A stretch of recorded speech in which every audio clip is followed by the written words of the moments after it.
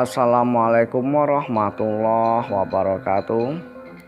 Selamat datang di channel Cerita Imajinasi Misteri. Kembali saya Gepri Daud Gurau akan menyajikan sebuah cerita misteri imajinasi yang kali ini mengambil judul Bertemu Makhluk Jelmaan. Selamat mendengarkan.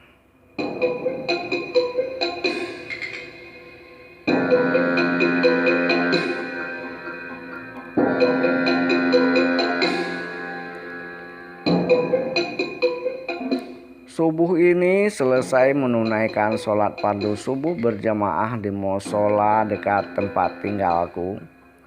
Aku buru-buru pulang karena perutku lapar sekali sebab tadi malam aku lupa makan. Tapi baru saja aku keluar dari pintu musola, tanganku ditangkap oleh Pak Ganda. Mar, buru-buru kali kau ini. Sabar bro, katanya ketawa. Hehe, Pak Ganda, ada apa ya Pak? Aku bertanya terheran-heran. Kamu bisa masak kedengarannya ya Mar? Pak Ganda bertanya pula kepadaku. Kalau masak masakan kampung seperti numis kangkung, dadar telur, mata sapi, buat sambal, masak nasi dan masak air aku sih bisa Pak, jawabku. Nah itu sudah cukup Mar. Loh, memangnya Bapak mau buka restoran ya? Aku bertanya lagi. Wah, kau Mar, kalau buka restoran masa kau yang kesuruh jadi koki? Hancur Mar, jawabnya tertawa. Wah, maksudku begini Mar. Pak Ganda melanjutkan lagi. Aku kan buka lahan baru, jadi orang-orang sekarang bekerja tanpa ada yang masak. Nah, mereka kan capek bekerja. Kalau harus masak lagi kasihan. Karena itulah, kalau kamu mau, nanti jam 8 Bapak antar kau langsung ke lokasi sana. Tapi mandah loh Mar. Terima kasih banyak lah Pak. Nantilah aku akan ke rumah Bapak jam 8 insya Allah. Sekali lagi terima kasih banyak Pak. Masalahnya sekarang ini aku lagi nganggur akut-akutnya Pak, jawabku sambil ngiring kuda. Lalu aku pun pamitan kepada Pak Ganda dan langsung pulang ke rumah memberitahukan hal ini kepada ayah dan ibu. Mereka pun setuju. Tepat jam 8 pagi aku sudah berada di rumah Pak Ganda dan siap untuk berlanjut ke tempat kerja sana. Tepat tengah hari barulah kami sampai di tempat Pak Ganda membuka areal. Di sana kami lihat para anggota Pak Ganda sedang sibuk masak nasi dan masak sayur untuk makan siang mereka. Nah, kau lihat mereka sibuk masak sendiri padahal mereka sudah capek bekerja, kata Pak Ganda kepadaku. Iya Pak ya. Nah, kalau kamu bisa membantu mereka kan alangkah senang hati mereka, jawab Pak Ganda kemudian. Kemudian Pak Ganda memperkenalkan aku kepada anggota-anggotanya itu. Ada Pak Budi, Pak Jono, Pak Anton, Iwan, Agus dan banyak lagi. Mereka semua berjumlah 10 orang. Hari ini merupakan malam pertama aku tinggal di barak mereka. Barak ini tidaklah mewah, hanya terbuat dari terpal hitam yang lebarnya cukuplah untuk mereka. Barak untuk tempat tinggal mereka terdiri dari 3 buah kemah. 1 kemah untuk tempat alat-alat masak. Kemudian ada sebuah dapur yang juga terbuat dari terpal. Banyak sekali kayu bakar kering berserakan di sana karena ada sebuah tempat yang khusus membuat kayu bakar itu terkumpul dan tidak terkena air hujan kalau hujan tiba. Aku pun mulai bekerja. Tak terasa seminggu sudah aku berada di sini. Sekarang aku sudah merasa kelengangan di sini sebab orang-orang itu bekerja sudah jauh sekali. karena setiap hari mereka bekerja makin jauh saja. Siang ini setelah aku mempersiapkan makanan untuk mereka, aku tak ada kegiatan lagi. Aku bengong-bengong saja. Aku sibuk memandang ke sana sini, tapi yang kulihat hanyalah hamparan semak-semak yang sudah menghitam karena kering dihajar panasnya matahari. Tiba-tiba aku melihat 2 ekor burung elang menyamar-nyamar dari kejauhan. Tujuannya hanya satu titik. Di sana tampak jeritan mereka silih berganti, cakar menyakar. Apa yang terjadi? Aku merasa ingin tahu. Ku dekati tempat itu pelan-pelan. Setibanya di sana kulihat seekor ular dihajar babak belur oleh 2 ekor burung elang tanpa peri kemanusiaan. Hehe, mereka kan binatang. Tapi ganas loh serangan elang-elang itu.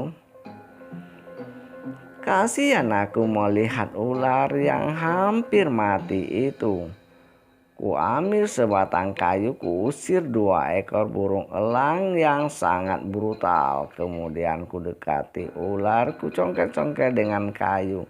Kasihan aku melihatnya. Nampak tubuhnya luka-luka, kepalanya pun tak sanggup lagi diangkat. Ku ambil ular itu, ku bawa pulang. Kebetulan di tempat masak banyak karton-karton mie. Ku ambil salah satu karton mie yang sudah kosong, ku masukkan ular itu ke dalam. Aku bingung bagaimana cara menyelamatkan binatang ini. Jangan-jangan nanti aku pula yang dipatoknya. Tapi rasa kasihanku mengalahkan rasa takut. Ku pecahkan sebuah telur ayam buras. Lalu ku ngangakan mulut ular itu dan ku masukkan kuning telur ke dalam mulutnya. Ular itu kesulitan menelan. Kasihan aku melihatnya. Setelah itu ku lumuri badannya dengan betadin. Nampak dia menggeliat-geliat, mungkin kepedihan. Lalu ku letakkan kardus itu di samping tempat aku memasak. Demikianlah beberapa hari aku merawat ular itu tanpa diketahui oleh orang-orang yang bekerja. Setelah hampir 3 hari, kulihat ular itu sudah mulai segar. Dia sudah mulai bisa mengangkat kepalanya. Kuletakkan telur di dalam kardusnya, dia sudah bisa makan sendiri. Akhirnya aku coba memberi sepotong ikan asin, lesap juga. Berarti sudah sembuhnya kawan ini. Hari kelima, ular itu sudah tak ada lagi di dalam kardusnya. Aku tak memikirkannya. Bagiku asal dia sudah sembuh dan bisa pergi ya sudahlah. Tapi janganlah pergi dekat-dekat kami, nanti waktu kami tidur dipatoknya pula. Hingga 2 minggu setelah itu tak pernah terlihat lagi ular itu. Aku pun sudah melupakannya. Tiba-tiba di suatu malam aku bermimpi didatangi oleh ular itu. Lalu dia berubah menjadi seorang perempuan muda yang parasnya lumayan bagus.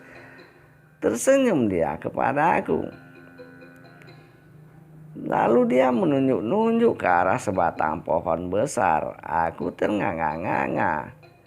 Kemudian dia menghilang. Setelah aku bangun, ku ingat-ingat dan kulihat di arah yang ditunjuknya benar ada sebuah batang pohon, tapi sudah tak ada daunnya. Aku tidak lagi mengambil peduli apa yang dimaksud oleh perempuan itu, karena bagiku selama ini tak pernah ada waktu untuk berurusan dengan hal-hal demikian. Tapi malam berikutnya hingga 3 malam berturut-turut aku mendapat mimpi yang sama. Aku diam saja, tak mau menceritakan hal itu kepada kawan-kawan bekerja. Takut nanti mereka memburu ke sana.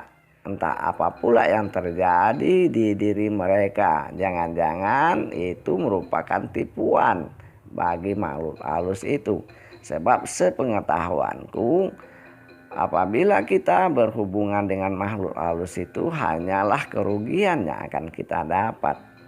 Aku tak ambil peduli lagi, sehingga seminggu demikian timbul lagi sebuah mimpi yang datangnya berturut-turut sampai 5 kali.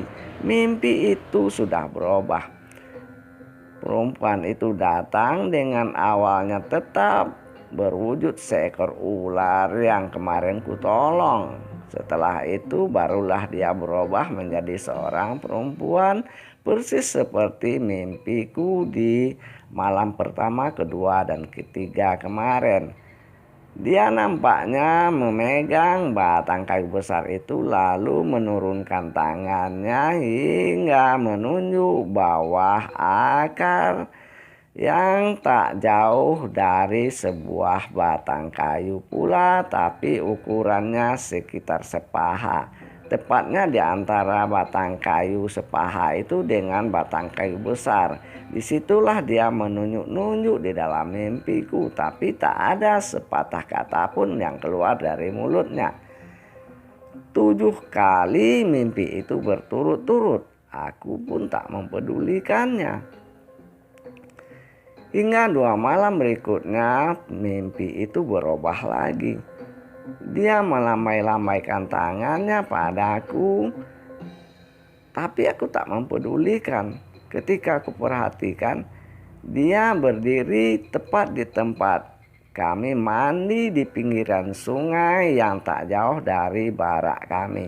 Karena di barak kami ada sebuah sungai yang mengalir. Disitulah kami mengambil air untuk kebutuhan masak, mandi, mencuci. Terkadang sering juga kami memancing di sana. Makanya aku hafal dengan jelas pemandangan di lokasi itu. 3 malam pula mimpi itu berturut-turut. Tapi aku tak mempedulikannya juga. Tak terasa hampir 3 bulan kami bekerja di lokasi Pak Ganda ini. Dan kami sudah berada di titik-titik akhir. Kami akan pulang ke tempat masing-masing sebab borongan itu sudah hampir selesai. Kira-kira tinggal seminggu lagi pekerjaan di sini akan habis semua. Hutan tadinya lebat sekarang sudah menjadi hamparan tanah kosong sebab sampah-sampah daun kayu, cabang-cabang, dan batang-batang kayu sudah dicincang semua. Kemudian dikumpulkan di malam hari, dibakar oleh orang-orang yang bekerja itu. Sehingga sekarang timbullah sebuah hamparan luas bagaikan gurun pasir. Malam itu aku kembali bermimpi. Perempuan itu kembali datang berupa wujud seekor ular lalu berubah menjadi perempuan yang persis seperti mimpi-mimpi malam sebelumnya. Dia sepertinya menarik-narik tanganku, tapi aku hanya mengikutinya saja. Karena di dalam mimpi tentunya kita tidak bisa berbuat, hanya mengikut. Ya, aku ikuti saja dia sepertinya. Lama aku mengikutinya berjalan sampailah kami di bawah sebuah batu besar. Dia mengangkat batu itu kemudian menggali dengan kedua tangannya. Gampang sekali dia menggali batu itu. Hanya sejengkal tanah dikorek-koreknya, tampaklah bertumpuk-tumpuk warna kuning di bawah tumpukan tanah yang digalinya tadi. Tampak bersinar-sinar, kalau menurut pikiranku itu adalah emas, lumayan banyaknya. Dia memerintahkan aku untuk mengambilnya, tapi aku hanya diam saja, lalu aku pun terjaga. 3 malam mimpi itu berturut-turut. Aku pun menjadi heran apa gerangan ini. Ada niatku untuk mendatangi batu yang dimaksudnya. karena aku mengenali batu itu. Sering kami bermain di sana ketika siap mandi. Dan ada juga kawan-kawan yang duduk di situ waktu memancing karena letak batu itu tak jauh dari pinggir sungai. Ah, sudahlah, gumamku di dalam hati, karena ini pula nanti aku atau keluargaku tewas. Begitulah pikiranku, karena yang ku tahu apabila kita mengambil harta-harta milik makhluk gaib itu, tentulah mereka meminta tumbal. Hal inilah yang membuat aku takut, sehingga aku tidak mempedulikannya. Sampailah hari akhir kami di sini. Semua kemah-kemah sudah dibongkar. Alat-alat masing-masing kami sudah dimasukkan ke dalam tas. Alat-alat masak pun juga sudah dikumpulkan dan dimasukkan ke dalam sebuah kotak besar. Kotak ini biasanya digunakan oleh Pak Ganda untuk menyimpan barang-barang dapur. Dan apabila ada pekerjaan di hutan yang memerlukan alat-alat ini, nah itulah baru dikeluarkan. Aku pun sudah siap dengan segala pakaianku. Maklumlah hanya 3 lembar pakaian yang kubawa. Jadi apalah susahnya. Setelah kumasukkan ke dalam tas, tas pun kututup. Lalu kuangkat tas itu ke dekat tumpukan barang kawan-kawan. Kalau nanti mobil menjemput kami datang, tak susah lagi mencarinya. Tapi aku heran, mengapa tas ini berat? Kubuka tas itu, terkejut aku. Ada beberapa bongkahan di dalam itu kurasakan. Setelah ku keluarkan pakaian, kulihat ada bongkahan-bongkahan kuning. Wah, betapa takutnya hatiku ini. Jangan-jangan ini pula nanti yang membuat aku tak bisa lagi melihat matahari. Ku ambil sebuah plastik AC yang berserakan di tanah. Bekas kami membawa barang-barang untuk dimasak kemarin.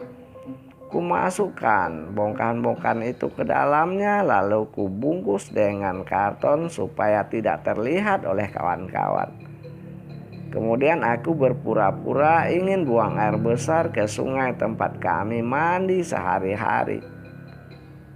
Diam-diam ku dekati batu yang ditunjukkan oleh makhluk itu di dalam mimpi kemarin. Ku gali lubang di samping batu itu karena aku tak sanggup mengangkat batu sebab lumayan berat juga.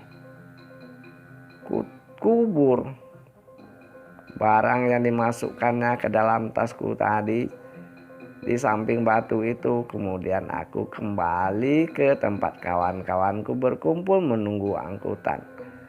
Tak lama angkutan pun datang. Kami pergi meninggalkan hutan yang sudah menjadi dataran tanah tanpa ada anak kayu segar di atasnya. Betapa senangnya hatiku ketika sampai di rumah. Pertama, aku telah menerima gaji dari Pak Ganda sebanyak 3 bulan kerja. Dengan demikian aku bisa membantu adikku yang sedang kuliah sekarang. Kedua, aku bisa berkumpul kembali dengan keluargaku di rumah. Ketiga, aku bisa terbebas dari mimpi-mimpi dari makhluk yang selalu datang itu. Tapi itu hanya pikiranku saja rupanya. Karena malam kedua aku di rumah, ketika aku selesai menunaikan sholat tahajud, tiba-tiba aku melihat seorang perempuan duduk di samping kiriku. "Assalamualaikum," katanya. "Waalaikumsalam," aku menjawab penuh rasa heran, takut dan menggidik juga. Karena tak pernah ada selama ini perempuan yang muncul tiba-tiba di hadapanku, apalagi di dalam kamar tengah malam begini pula. Siapakah saudari ini? Aku bertanya. Maaf mas, aku mengejutkan. Waktu di hutan kemarin, aku ingin menemui mas, tapi mas tak mau menemuiku. Terpaksa aku datang sekarang. Untuk apa saudari menemuiku? Aku bertanya kembali. Mas, aku adalah jelmaan ular yang mas tolong di hutan kemarin. Kalaulah tidak mas yang mau bermurah hati menolongku dan merawatku hingga sembuh, tentulah aku sudah tak ada di muka bumi ini lagi mas. Tak mungkin aku melupakan jasa mas begitu saja, katanya panjang lebar kepadaku. Maaf saudari, aku sesungguhnya menolong hanya karena kasihan melihat ular yang lemah dihajar oleh 2 ekor burung elang yang galak-galak itu. Tak ada maksudku mengharapkan apapun, sungguh aku menerangkan. Walaupun mas tidak mengharapkan apa-apa, tapi di manalah letak kepribadianku. Aku tak mau dikatakan sebagai perempuan yang tak tahu balas budi, katanya. Aku terdiam mendengarkan. Sebenarnya siapakah saudari ini? Aku bertanya lagi. Aku jin muslimah mas, jawabnya sambil menunduk. Mukanya tampak merah, manis sekali. Ya sudahlah, lupakanlah semua itu. Yang penting sekarang saudari sudah sehat walafiat, kataku pula. Mas, bagaimana cara aku harus membalas jasa mas? Dia bertanya. Jangan pikirkan itu saudari. Sesungguhnya aku tak mengharapkan apa-apa, kataku. Tiba-tiba azan subuh terdengar.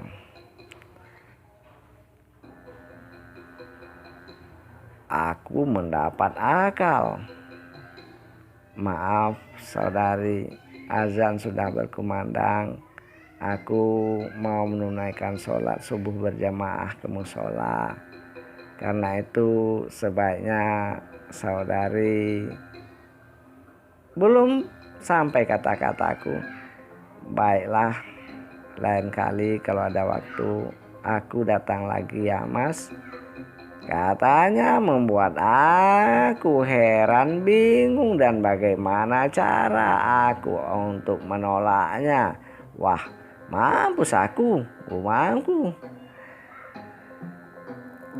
Assalamualaikum mas, katanya, lalu hilang dari pandanganku. Kemudian dia datang lagi. Oh ya mas, aku lupa.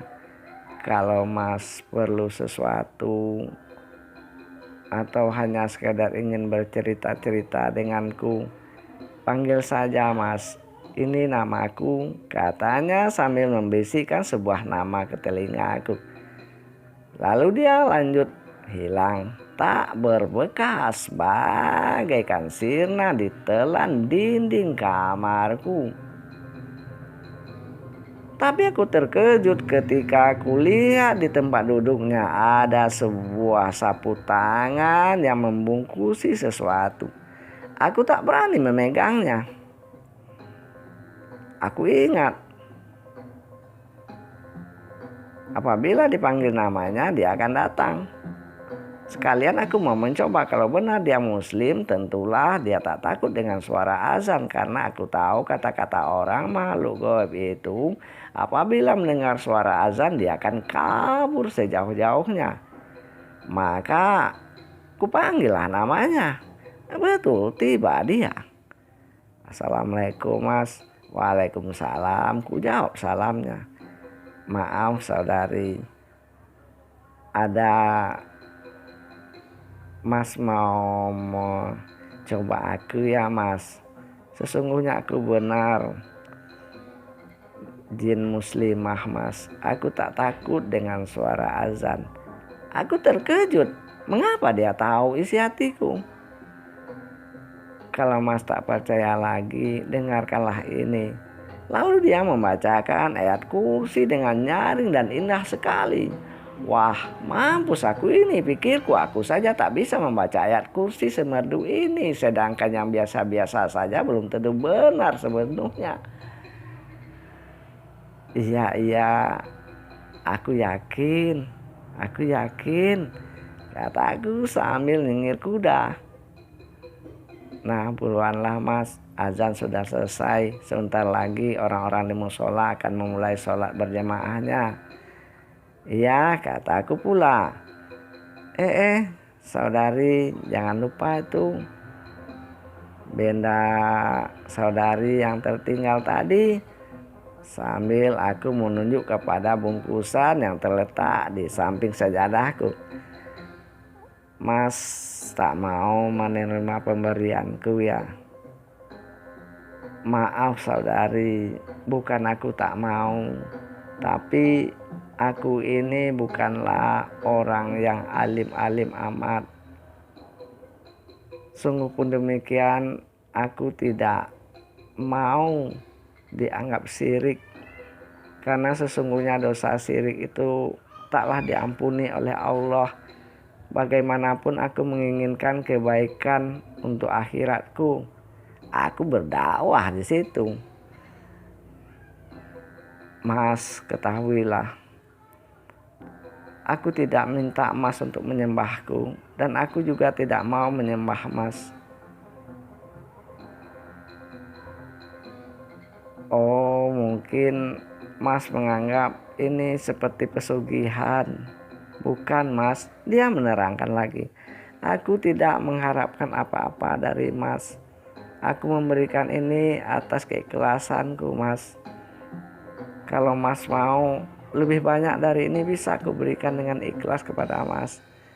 Mas, aku takkan pernah menyakiti, mengganggu, ataupun mencelakakan mas. Malah sebaliknya, aku akan berusaha melindungi mas dan keluarga mas. Jadi mas jangan salah sangka mas. Kumohon mas. Maaf saudari, berilah aku waktu untuk berpikir dan bertanya-tanya dulu kepada orang-orang yang tahu agama. Masalahnya aku sendiri tidaklah begitu paham dengan agama kita ini. Aku takut tersesat, jadi mohon berilah aku waktu. Baiklah mas, tapi kalau mas sudah bisa menentukan keputusan, panggil aku ya mas. Insya Allah, kata aku sambil berdiri. Dengan begini berarti aku harus pergi untuk melaksanakan sholat sesegera mungkin. Begitulah caraku untuk mengusirnya dengan lembut. Setelah mengucap salam, dia pun menghilang kembali. Aku pun berlalu ke musola dengan lutut menggigil dan dada berdebar-debar penuh tanya. Tapi ingin bertanya, aku takut. Akhirnya aku simpan saja semua kejadian ini di dalam hati. Tapi 3 bulan kemudian, tiba-tiba aku mendapat kiriman melalui ibuku. Kata ibuku, ada seorang perempuan yang menitipkan sebuah amplop untukku. Kata perempuan itu, dia pernah berhutang kepada aku dan dia ingin membayarnya, tapi ia sungkan datang ke rumah. Karena itulah dia menitipkan kepada ibuku. Ibuku memberikan amplop itu kepadaku. Aku bingung tebal sekali kapan aku punya uang sebanyak ini dan meminjamkannya kepada perempuan ini. Langsung saja aku katakan, oh ini uang Pak Ganda Bu. Kataku, memang perempuan itu membutuhkan, makanya aku pinjamkan pada Pak Ganda. Aku berkilah, untung ibuku percaya. Kemudian uang itu ku ambil dan ku masukkan ke kotak amal musola. Lama kemudian tak pernah lagi datang perempuan itu. Aku pun tak mau memanggilnya. Takut aku. Sirik itu ngeri. Kalau tak sirik, aku takut pula tewas nanti gara-gara harta itu. Tak mau aku jadi tumbal. Oke sahabat, demikianlah cerita ini. Mudah-mudahan ada hikmah dan manfaat yang bisa diambil. Dan maafkan kalau ada kata-kata dan ucapan yang tidak berkenan di hati. Wabillahi taufiq wal hidayah. Wassalamualaikum warahmatullahi wabarakatuh.